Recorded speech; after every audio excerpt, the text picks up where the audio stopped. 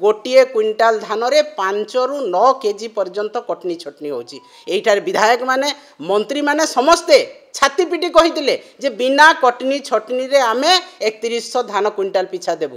कुआडे गला से प्रतिश्रुति कहीं आज कान मुह आखि बंद कर बसचंती। मंत्री विभिन्न मार्केट को जाउछंती, एनालाइजर मेसीन कहीं बसाला मिलर मानक सपोर्ट करिया पई 8 केजी 10 केजी धान कटनी करिया पई। ताहेले कोन कहिबा आज बीजेपी एई दर वृद्धि एवं लोकन को शोषण करिवारे आज शासन करुछंती।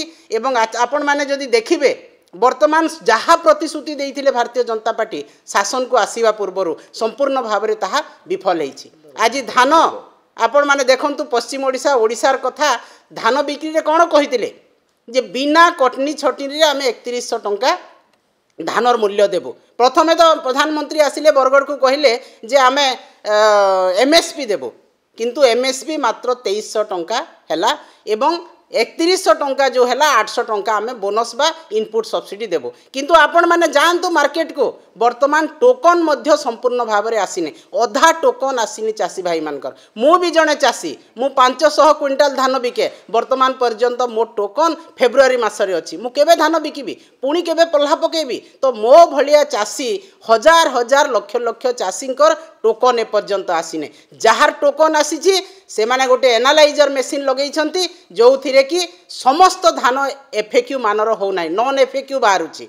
फलत गोटे क्विंटाल धान रे 5 रु 9 केजी पर्यंत कटनी छटनी होची। एठार विधायक माने मंत्री माने समस्ते छाती पिटी कहिथिले जे बिना कटनी छटनी रे आमे 3100 धान क्विंटाल पिछा देबु। कुआडे गला से प्रतिश्रुति कहीं आज कान मुह आखि बंद कर बसचंती। मंत्री विभिन्न मार्केट को जाउछंती, एनालाइजर मेसीन कहीं बसाला मिलर मानक सपोर्ट करिया पई 8 केजी 10 केजी धान कटनी करिया पई। सेटा सरकारी भाव में से माने ताकू से प्रश्रय देले।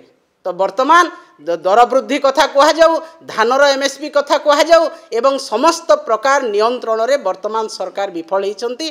तेणु ओडिशा रे बिजु जनता दल ओडिशार चाषी मानक स्वार्थ, महिला मानकर स्वार्थ, कृषक मानक स्वार्थ एवं समस्त जनसाधारण स्वार्थर सुरक्षा स्वाभिमान सुरक्षा पाई तार आंदोलन जारी रखी। आगामी दिन में आंदोलन जारी रखिबो। निश्चित भाव में मु महिला मानक कथा कहबी। राजरास्तार आपण माने देखिले मिशन शक्तिर महिला माने गड़ुथिले एवं जी उपमुख्यमंत्री विभाग दायित्व रे अछंती से कहिले जे रास्ता रे गड़ुछंती अन्य मानक प्ररोचना रे। एइटा कोन ए भाषा सुंदर लागुची तांको जे मिशन शक्ति दौड़िबो बोली कहिथिले वर्तमान पंगु अवस्था रे रहिछि।